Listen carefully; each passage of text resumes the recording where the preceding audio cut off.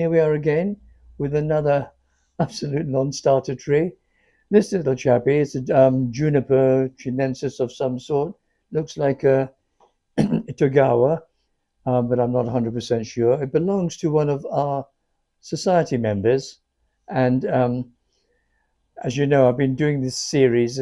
We've done two already, and what we're doing is a series on um, absolute rubbish non-starter trees to show how something might be possible. This tree actually has quite a number of options.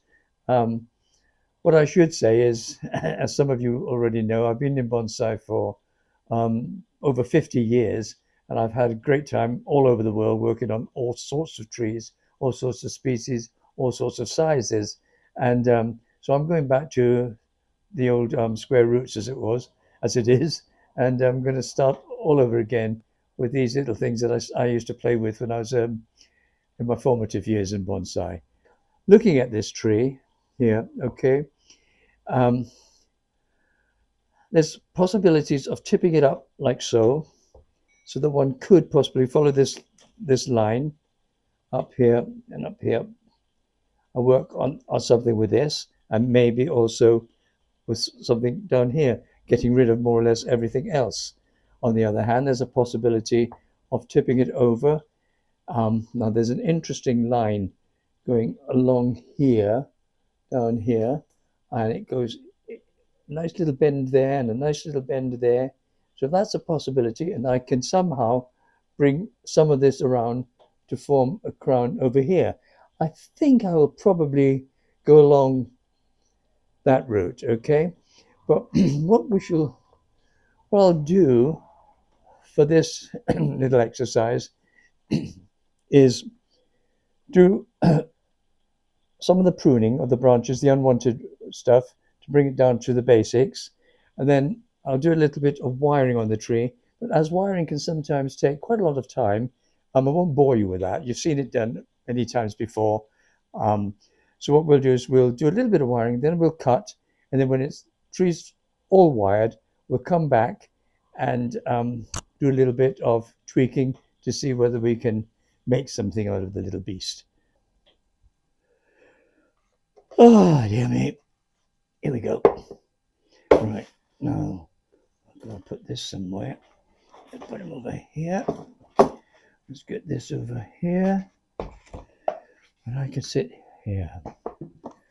Right, well, here we are again in my workspace. And here's our little beastie. So, as always, remove the obvious unwanted branches straight away because they just become a distraction. I mean, you can see dumb little things like this and this. Let's get shot of them. Okay. There. There. There. There. Right. This sort of thing's no use to anybody all close in. So I'll get shot of that. Here we go. Ta-dum. Right. Now, if you remember, I was talking when we had the other position of coming up along this line here. See, there's a nice curve from the bottom of the trunk around there and up here, and you see how it goes along it. And also notice by it's turning around. Stuff something underneath here. Stop it moving. There's a nice diminishing line in the trunk to reduce with a reducing taper. So that's excellent. And then I think I've got enough here to work with. So, right, let me see. We don't want that. And we don't want that and that and that. Okay, and we don't want that. Right, don't want that. So now, you see, that's another possibility.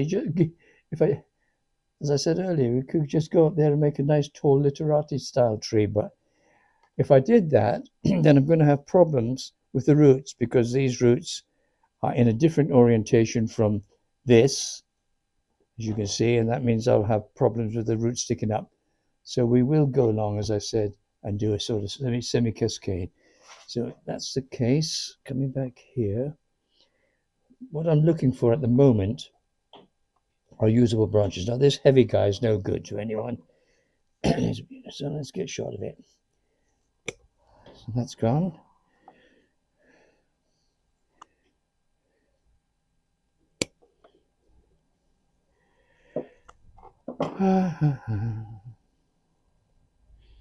So I don't need this one either. It can go.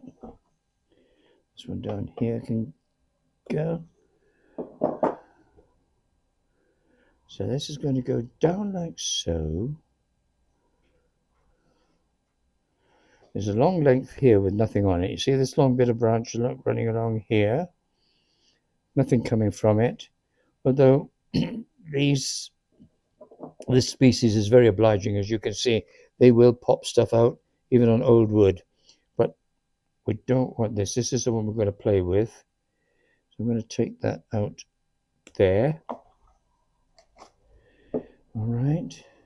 I don't want this horrible thing.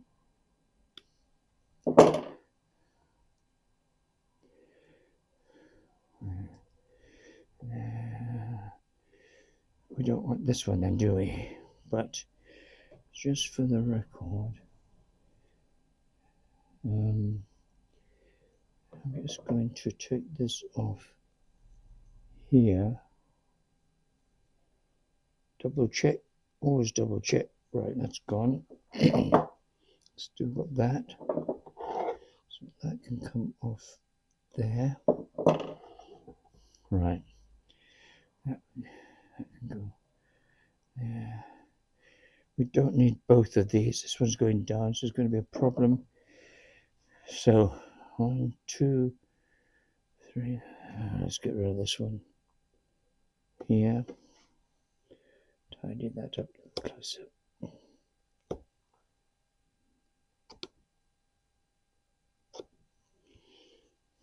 Okay. Right, now I'm going to work my crown. You see, what I'm going to do, tip this forward a bit, like so. I'm going to bring this one around to build the crown up over here. Okay, something like that. And therefore, we don't need this. Whew. These trees were all made apparently at one time from air layers, I believe. So the chappie was telling me. So that can go. Okay. Right, you can see now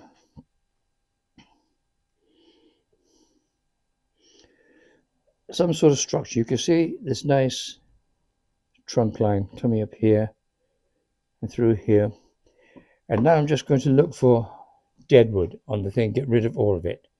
Any of these little dead shoots, always eliminate them early in the design process because they just distract otherwise. Anything that is obviously deaded. Boom, boom, boom, boom, boom. I haven't done one of these for a long time. It's a real pleasure, you know, working on some of these little trees. Brings back so many happy memories of when I started bonsai all those years ago. I mean, I haven't got the energy anyway these days to work on the bigger stuff. I mean, it's bad enough working on some of these big pots. So as you can see, here's our lovely line with natural curves. That's going to make my life a lot easier. So what I will do in the first instance, I will wire. I'll probably take a wire. This I can't do anything about bending that. So I'm going to take one wire, which will come along here, all along here and onto this main trunk line. Okay, that'll be the first thing. And then I think what I will do is is basically that. And then maybe we'll stop, okay, for a little while I continue wiring. It won't take me very long to wire these because there's not that much to do. And then we'll try and do some manipulating. All right. So as you can see, here we are.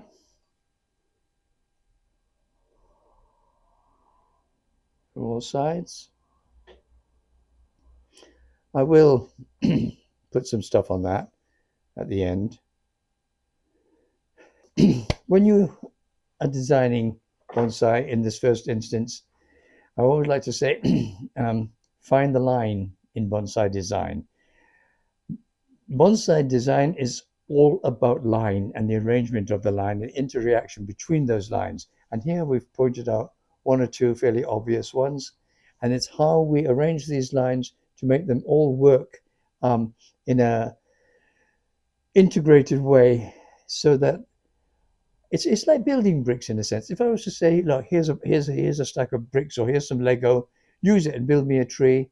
You'd arrange them into various things, and you would think, what do trees look like, or da da da da, and you do it. So for me, when I have a plant to work on, it's just material, nothing more, nothing less, and I have to then think about, what am I going to do? What do trees look like that are coming out of mountainsides and dropping down because wind is pushing them and forcing them in that position so they can't grow up? And I think of that, and then I have to arrange the the trunk line and the branches in respect of the idea I have up here.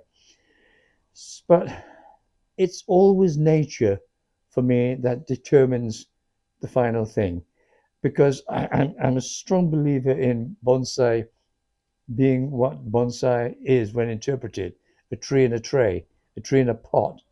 Okay, it's a tree, all right?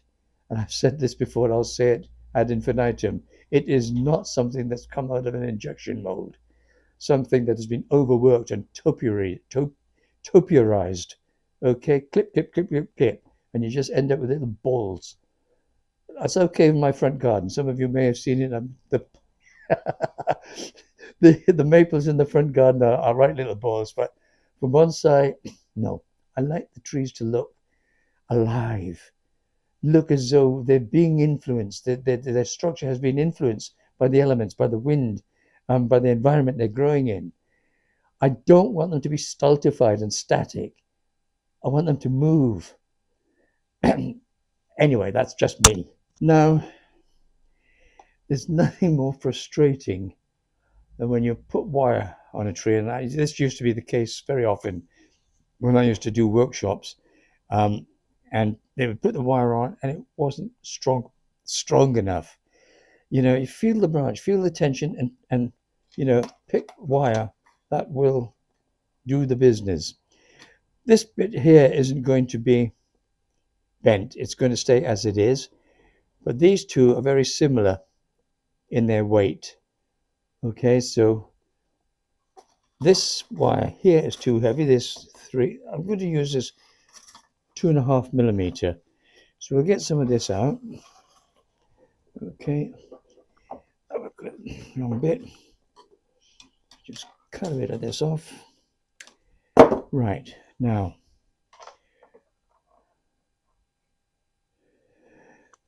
the other thing to bear in mind when you're wiring a branch is, which way is it going to be turned? It's going to be turned this way.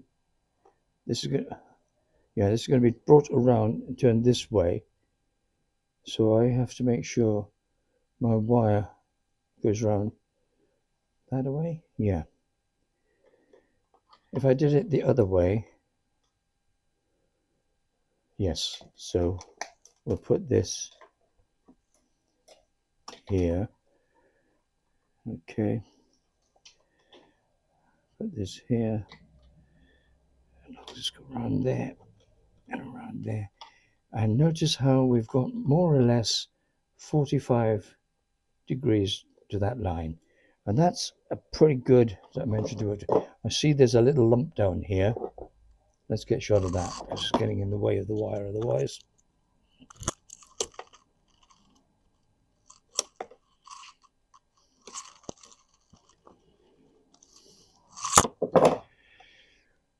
Okay, so carry on.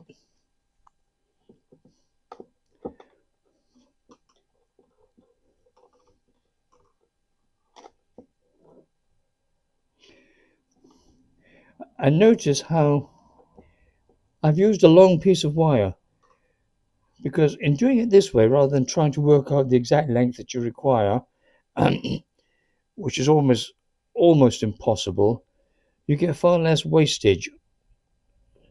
So this will do. And the other thing that I'm always insistent on is that the final loop needs to be pointing upwards in order to, it's no use if it's pointing down, because you can't control the final placement. So always have this little bit here pointing upwards. I'll just cut that off. See, minimum wastage. Now we go to the other side. I can make a bigger loop here because it's not really going to do anything. And I can come round and around and around into go in between these two into there and around there,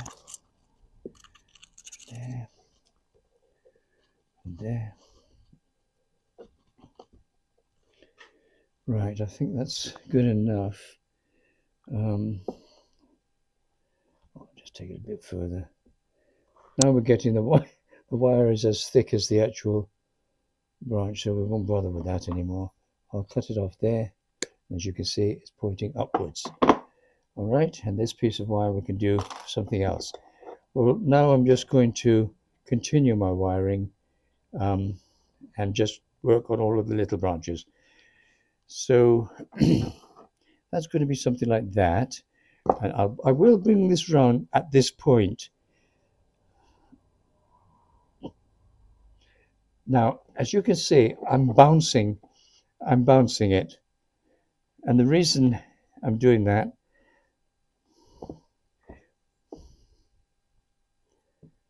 by bouncing it in this way, you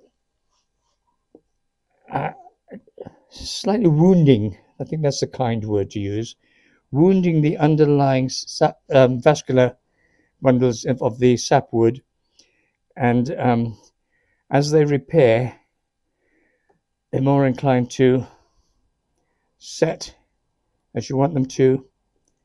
Right, that's an approximation of where that's going to go there, and then this is going to come down. You see what we're getting at? Okay, this of course is good. I'm going to put something on this as well because it's a nuisance. So slightly finer wire for this.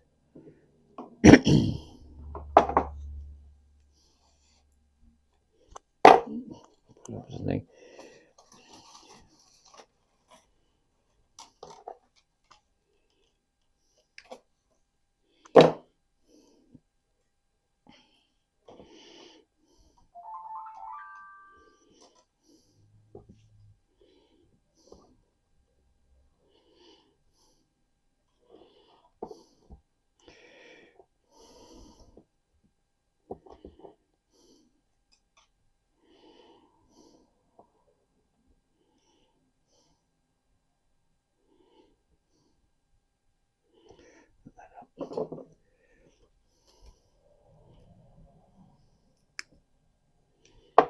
Okay. I'll just get a finer wire here. And we will.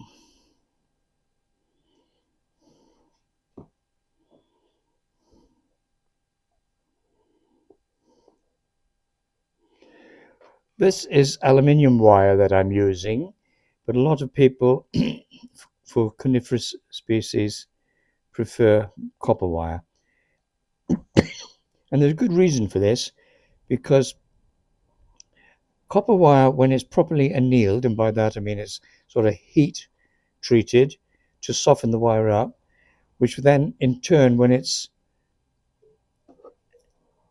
moved, bent and twisted and positioned, it hardens, so it really can get quite stiff, and that's good because it it will endure the sort of accidental knocks and things their branches are sometimes subjected to when they're carried around the garden, etc. And it's quite tough. Whereas this stuff, you just knock it and see, boom, it's out of position. Wow, this wire is thicker than the actual branch. I'll just put a big loop there. Okay, because we've got some trapped. Okay, this has to still come in a lot more.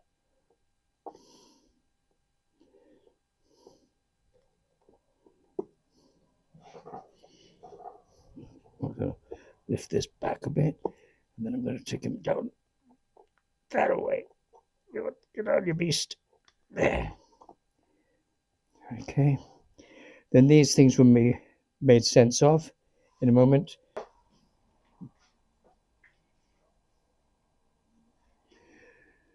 Right. Well, this is more or less the stage we're at the moment, and we will have it like so, something like that. And as you can see, you remember this branch here was down here somewhere, and this one here was back there, and we're going to try to make sense of some of these others, and of course I've got to work on all of those.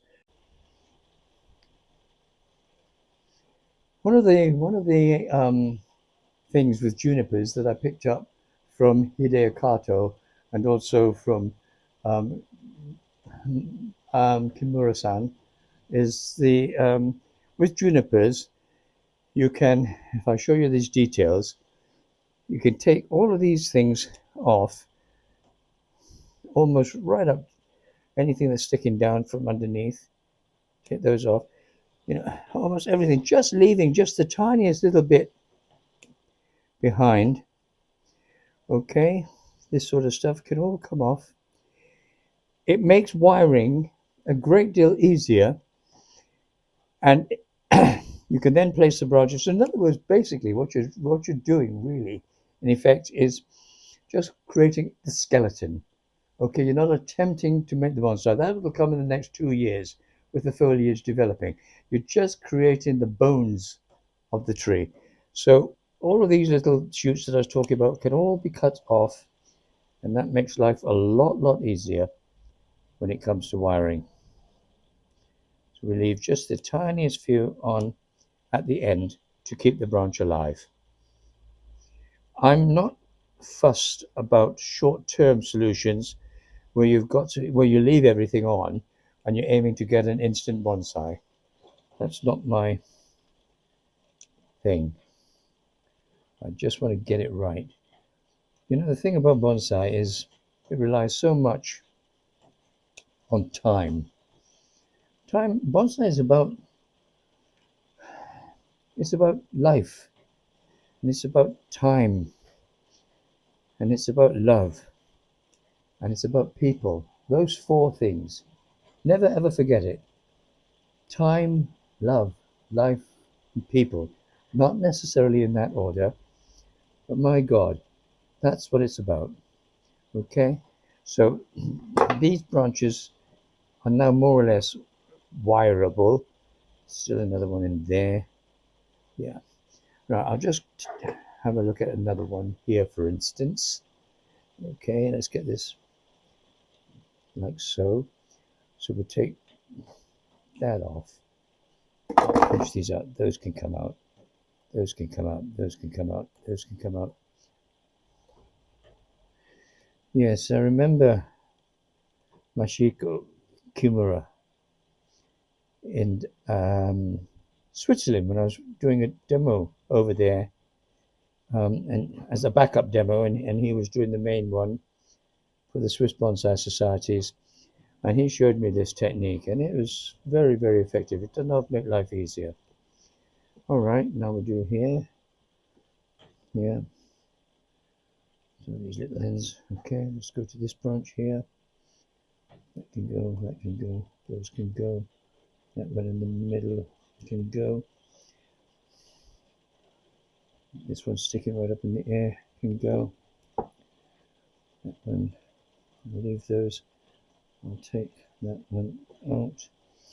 This one, you see this new shoot just here. We'll take that out. Just check the growth rate on that. This is all a bit busy, so we'll take out obvious ones.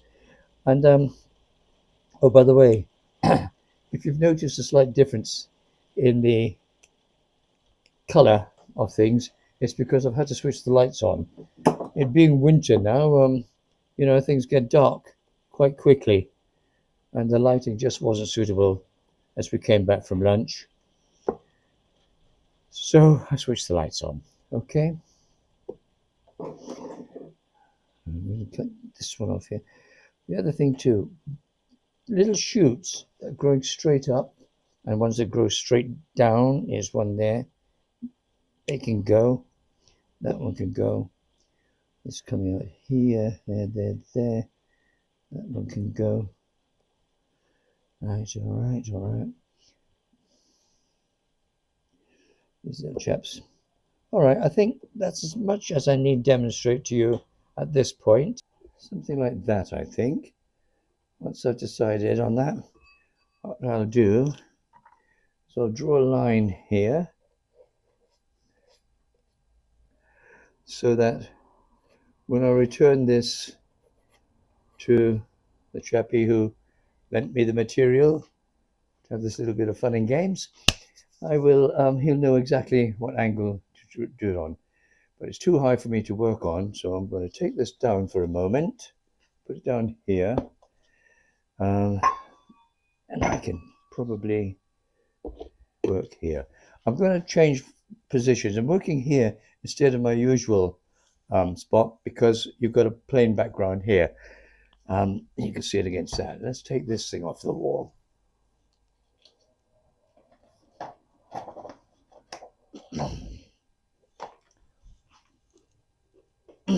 There we go. Right.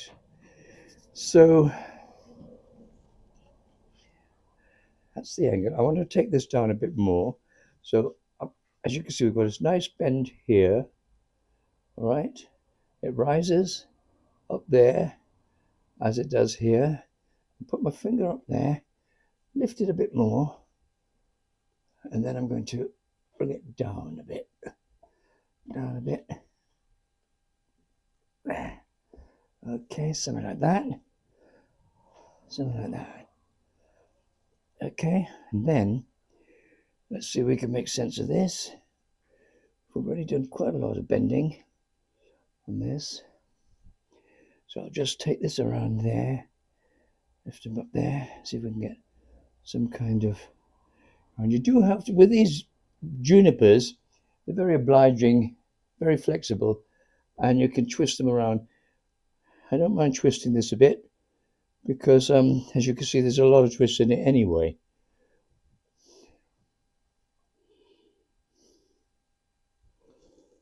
That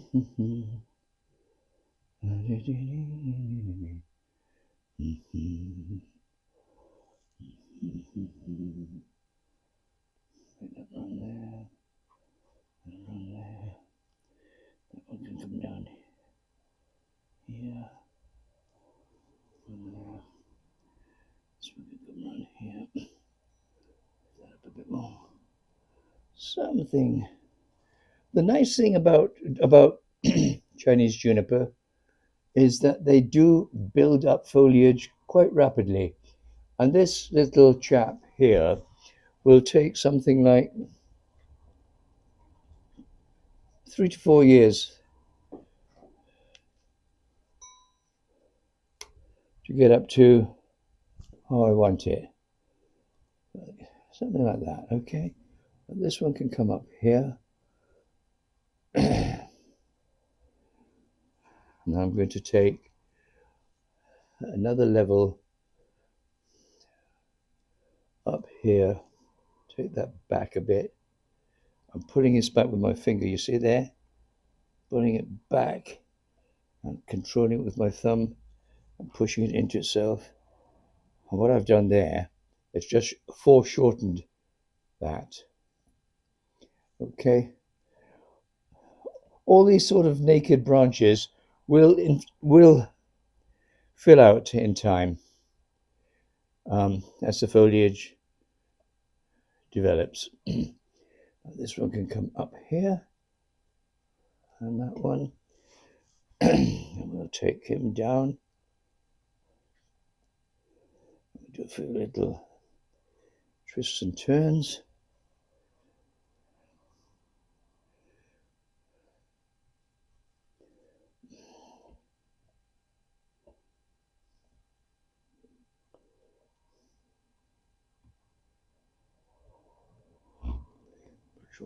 Bring that back, shorten it around there.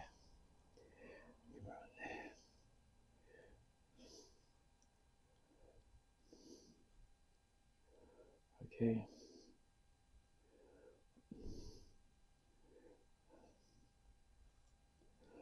Up, around there and there.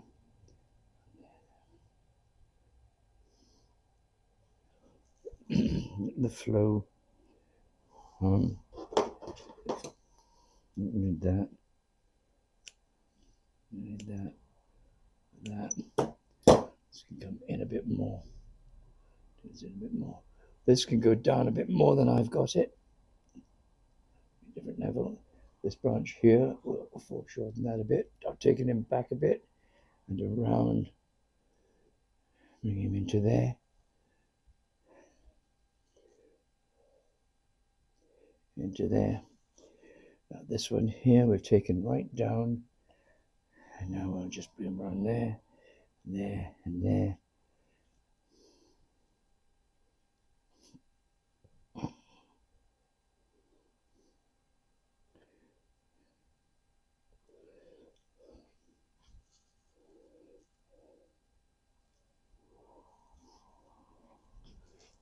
don't think I need that bit sticking out there, so I'll just chop it off. There we go.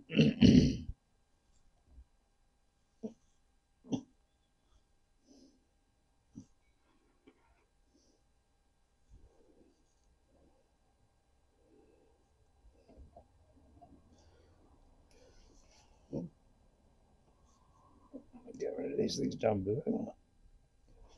Lift that one up a bit. Set one around a bit.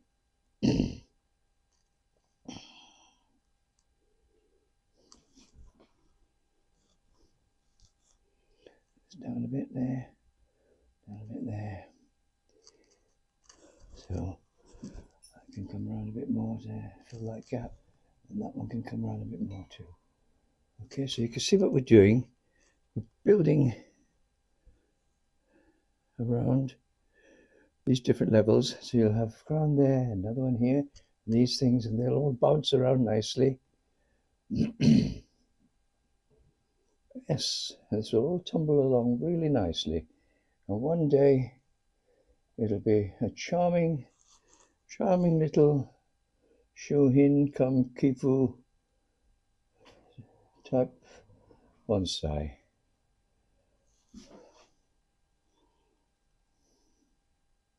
Like that, that's it. Not so good from the back.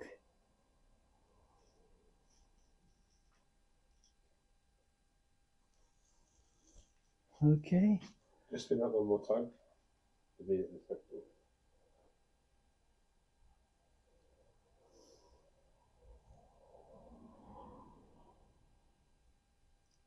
Yeah, we need to develop some stuff around here, which will happen. There's this little branch. There's these little things. It will, and these things will pop buds all over. Let's bring it back.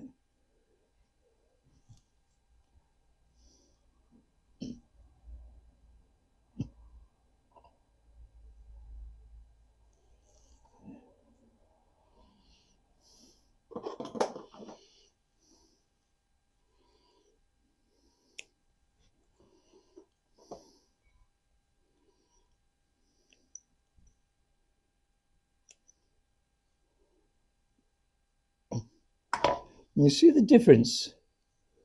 You have to look really closely at this, but you see the difference between the juvenile foliage and the mature foliage. You see that? You see? That's just got like little things sticking out, whereas this is quite different. So that's the mature and that's the juvenile. Juvenile is usually when there's a lot of feed and stuff like that and it's growing vigorously. But the mature doesn't require the same amount of nourishment, and therefore it can have more of the scale-like leaf structure as opposed to this more open structure of the juvenile foliage. The juvenile foliage will, in time, as a tree matures, go. But what we want to try to encourage, of course, is the mature type of foliage.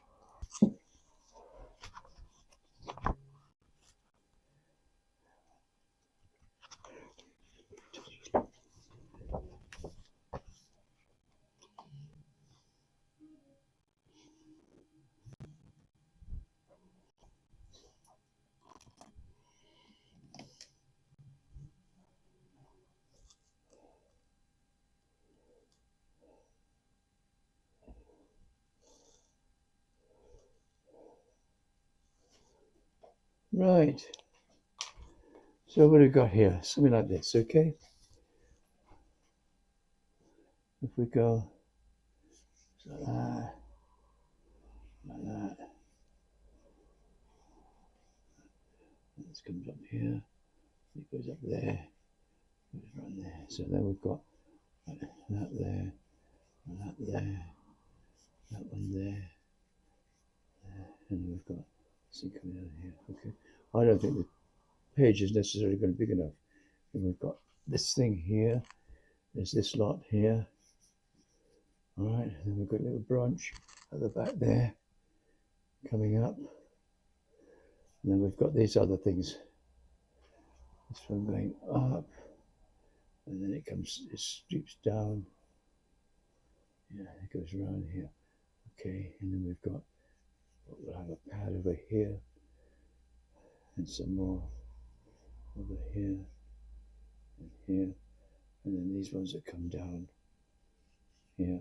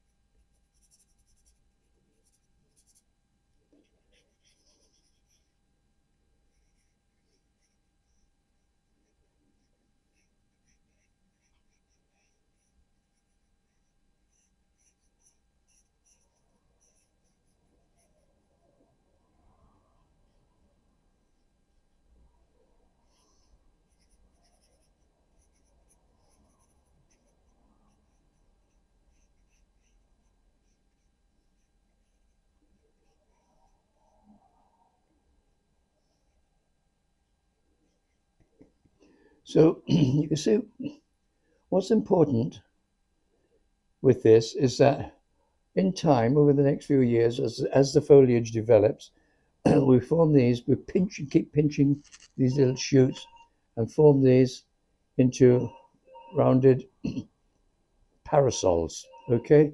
But it's important that they are all parallel to the top of the pot. Now, what sort of a pot should we have? We can have this sort of pot, like that. We can have that sort of pot. Okay, we can have a square one. I think because this is quite sexy, it will be quite roundish. I think what I'm going to do is something like this kind of pot, something like that. I'll probably have my, what's his name, feet.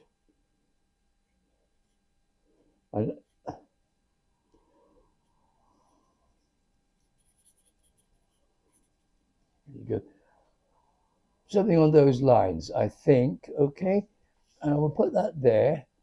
But I want to turn round and have a look at the pot shelf in a moment and see what's up on the pot shelf. So we're talking about a pot shape of this sort of size, shape for that tree as I've drawn. Not quite as wide as that, more like that. You see that? Or there's this kind of shape, and here's my tie down feet. All right. Or there's an alternative.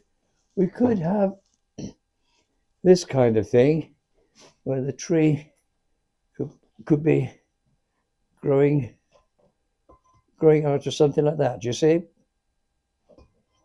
Does that make sense? There you go. That means it's sold. To me. I'm keeping this one. So there we go. I think we've probably done enough on this little chap, and hopefully somebody will come up with some more impossible material for me to have a little play with. Um, as you can see, I'm going right back to square one, back to basics, in the days of joy and love and happiness and all those super things. Yeah, and oh, by the way, the cameraman is doing this. Yeah, well, fair dues. Anyway, guys, it's been great fun, and as you can see, dead easy, really. You know, find the line in bonsai design. You'll see all those different lines there.